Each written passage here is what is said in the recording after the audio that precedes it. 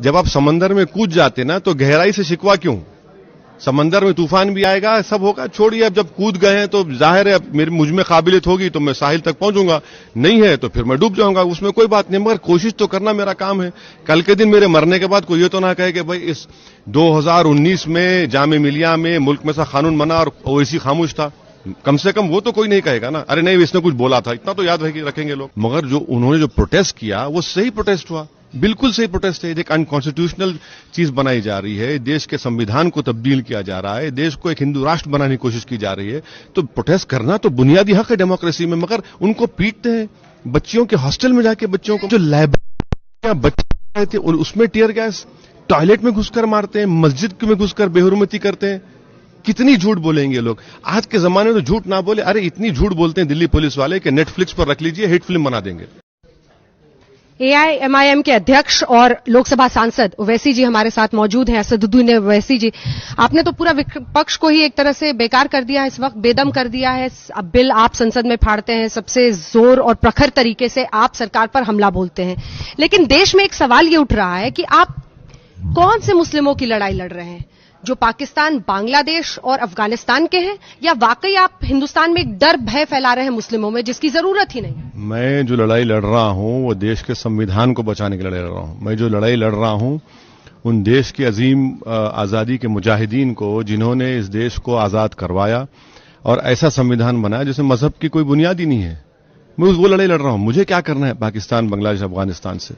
पर आपको क्या प्रॉब्लम है? किसी और मुस्लिम को क्या प्रॉब्लम है? ये तो जो इन देशों से आए हुए हैं, जो नागरिकता की आवेदन, उनको प्रॉब्लम। मुझे प्रॉब्लम इसलिए है क्योंकि आप मजहब की बुनियाद पर कानून बना रहे हैं जो आर्टिकल 14 और 21 का ग्रेव वायलेशन है। मुझे गुस्सा इस बात का है कि आसाम में जो 5,40,000 बंगाली हिंदू हैं, हेमंत बिस्व शर्मा कहता है कि उनको सिटीजनशिप मिल जाएगी और केस चलेगा सिर्फ मुस्लिम जिनका नाम नहीं आया आसाम में। मुझे गम इस बात का है कि हमारे देश में हम 2 सिटीजनशिप के कानून बना रहे हैं, एक पूरे मुल्क में रहेगा और एक शेड्यूल 6 और ILP के एरिया का रहेगा। मुझे गुस्सा इस बात का है कि आपने कश्मीर से स्पेशल प्रोविजन निकाल कर आप दूसरे नॉर्थ ईस्ट स्टेट्स को दे रहे हैं, जबकि आपने कहा था एक देश में एक कानून होगा, एक क्या क्या होगा। ये इनकी हिपोक्रेसी है और इसको मैं बार बार कह रहा हूं, प्लीज इसको आप CAB को NRC से देखना जरूरी है। NRC जब होगा, जब मुसलमान और नॉन मुस्लिम्स के नाम नहीं आएंगे, उन नॉन मुस्लिम को CAB के जरिए सिटीजनशिप मिलेगी और जो मुसलमान रहेंगे उनको डिटेंशन सेंटर्स में रहना पड़ेगा। और हम क्या बताएंगे? ये होगा मैडम, इसमें मैं कोई खौफ नहीं पैदा कर रहा हूं। लेकिन आप देखिए ना सर, स्टूडेंट्स की क्या हालत है जामिया में, देखिए किस तरह की हिंसा हुई है, किस तरह से बच्चे बिना समझे शायद बहुत ज्यादा। नहीं, जामिया की जो हिंसा हुई है वो पुलिस की जिम्मेदारी है, पुलिस का हाई हैंडेड बिहेवियर है। मगर जो उन्होंने जो प्रोटेस्ट किया वो सही प्रोटेस्ट हुआ, बिल्कुल सही प्रोटेस्ट है। एक अनकॉन्स्टिट्यूशनल चीज बनाई जा रही है, देश के संविधान को तब्दील किया जा रहा है, देश को एक हिंदू राष्ट्र बनाने की कोशिश की जा रही है, तो प्रोटेस्ट करना तो बुनियादी हक है डेमोक्रेसी में। मगर उनको पीटते हैं, बच्चियों के हॉस्टल में जाके बच्चियों को कॉलेज के अंदर से पथराव कर रहे थे। अरे झूठ है मैडम, क्या है कि इतने कहां से? जो लाइब्रेरी बच्चे थे उसमें टीयर गैस, टॉयलेट में घुसकर मारते हैं, मस्जिद में घुसकर बेहुरमती करते हैं। कितनी झूठ बोलेंगे लोग? आज के जमाने में तो झूठ ना बोले, अरे इतनी झूठ बोलते हैं दिल्ली पुलिस वाले कि नेटफ्लिक्स पर रख लीजिए, हिट फिल्म बना देंगे। लेकिन ये जी अमित शाह की ये कोशिश है कि इन 3 देशों में जो अल्पसंख्यक हैं, जिनको इल ट्रीट किया गया है, रिलीजियस प्रोसिक्यूशन जो फेस कर रहे हैं, उनको हम मदद दे रहे हैं, और ये ओवैसी जी को बुरा लग रहा है कि हिंदुओं ये सरकार करना चाहती है। हरगिज तकलीफ नहीं है, मुझे हरगिज तकलीफ नहीं है। मैं ये कह रहा हूं कि आप अगर इतनी बड़ी काम करना चाहते हैं तो रेफ्यूजी कन्वेंशन साइन कर लीजिए ना। आप कौन रोक रहा है आपको? आप ये भी नहीं बताते कि भैया कितना नंबर है आपके पास। मैं सिर्फ मुखालिफत इसलिए कर रहा हूं कि आप मजहब की बुनियाद पर कानून बना रहे हैं। एक सवाल का जवाब दीजिए मैडम, श्रीलंका के तमिलियंस वो हिंदू है ना? 10 लाख के करीब तमिलियंस तमिलनाडु में पड़े हुए श्रीलंका, उनको नहीं देंगे आप? इस्लाम नहीं है ना उनका, स्टेट रिलीजन नहीं है ना इस्लाम। आपने अच्छा सवाल किया। श्रीलंका में 1978 के बाद बुद्धिज्म वहां का स्टेट रिलीजन हो गया, स्टेट रिलीजन हो गया वहां पे, और वही हिंदू तमिलनाडु, श्रीलंका के तमिलनाडु में पड़े, उनको नहीं देंगे आप? म्यांमार भी तो वही है, वहां म्यांमार के क्रिश्चियंस को दीजिए। चलिए आपको इस्लाम और मुसलमान नफरत है, दीजिए ना उनको, क्यों नहीं देते आप? क्या कर रहे हैं हम लोग? किस राह पर इस मुल्क को लेकर जा रहे हैं? लेकिन अगर ऐसी एक पहल बच्चों की तरफ से हो रही है तो आप सड़कों पर क्यों नहीं उतरते हो वैसी जी?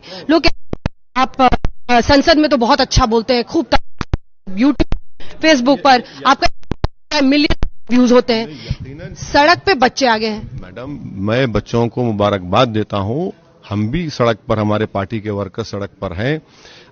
आपको एक मिसाल देता हूं, लखनऊ में हमारे पार्टी के वर्कर्स ने एहतजाज किया, प्रोटेस्ट किया, 200 लोगों पर सेडेशन का चार्ज लगा दिए।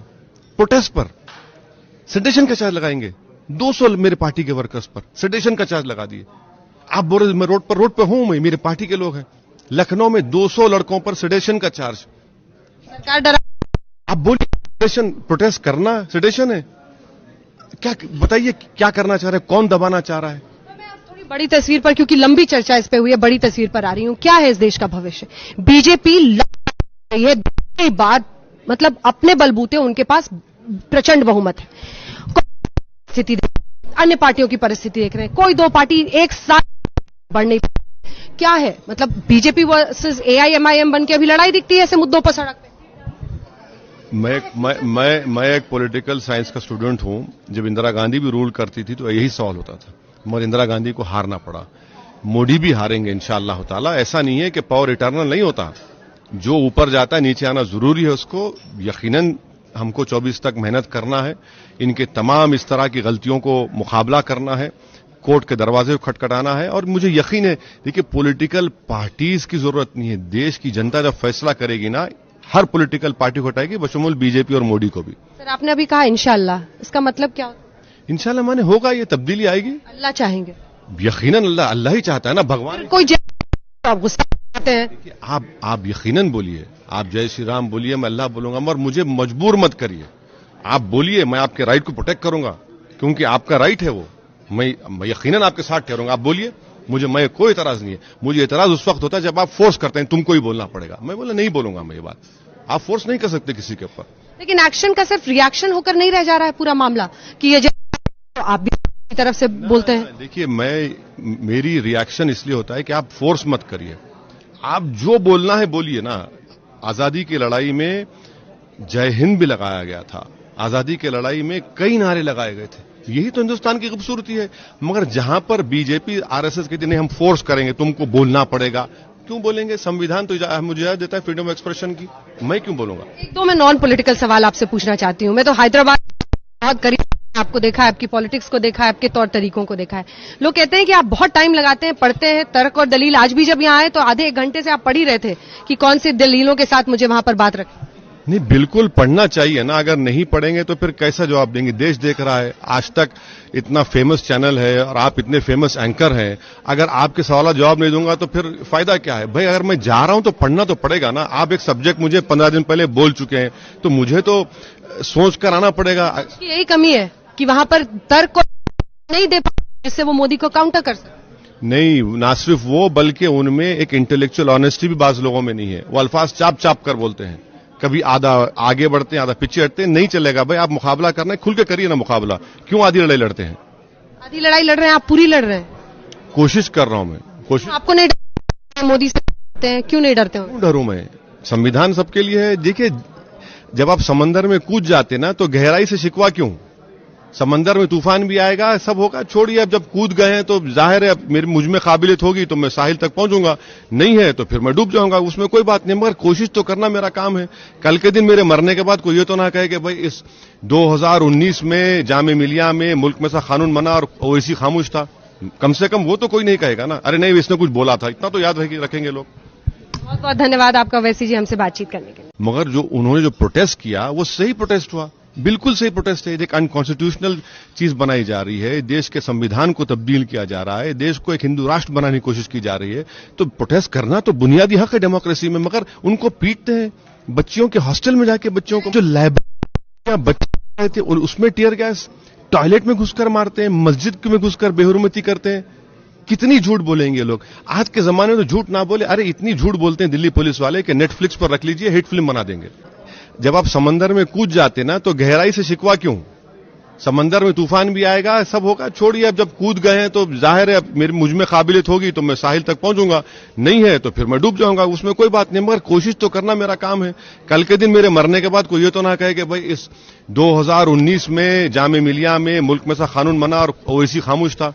कम से कम वो तो कोई नहीं कहेगा ना, अरे नहीं इसने कुछ बोला था, इतना तो याद रखेंगे।